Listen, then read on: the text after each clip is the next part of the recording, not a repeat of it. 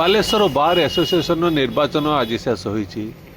2 number ବାର୍ ହଲ୍ରେ ଏହି ମତଦାନ କାର୍ଯ୍ୟ ସକାଳ 7:30ରୁ ଆରମ୍ଭ ହୋଇ ଅପରାହ୍ନ 3ଟାରେ ଶେଷ ହୋଇଥିଲା। ଏଥିରେ 1391 ଜଣ ଭୋଟଦାତା ଭୋଟ ଦେବାକୁ ଥିବାବେଳେ 1203 ଜଣ ଭୋଟଦାନ କରିଥିଲେ। ପୁଲିଂ ଅଫିସର ଭାବରେ କାର୍ତ୍ତିକ ସି କାର୍ଯ୍ୟ ପରିଚାଳନା କରିଥିବା ବେଳେ ତାଙ୍କୁ ସହଯୋଗ କରିଥିଲେ ରଘୁନାଥ ଲେଙ୍କା, ସୁଶାନ୍ତ ଜେନା, ପ୍ରଫୁଲ୍ଲ ନାୟକ ପ୍ରମୁଖ। ସଭାପତି ପଦ ପାଇଁ ରଘୁନାଥ ପ୍ରଧାନ ଓ ମନୋଜ ନାୟକ ନିର୍ବାଚନ ରଣାଙ୍ଗନରେ ଉପନୀତ ଥିବାବେଳେ ସମ୍ପାଦକ ପଦ ପାଇଁ ଲଢ଼ୁଥିଲେ ସମ୍ବିତ ନନ୍ଦୀ ଓ ଦୀପକ ଦାସ। ଅପରାହ୍ନ 5ଟାରେ ଭୋଟ ଗଣତି କାର୍ଯ୍ୟ ଆରମ୍ଭ ହୋଇଥିଲା।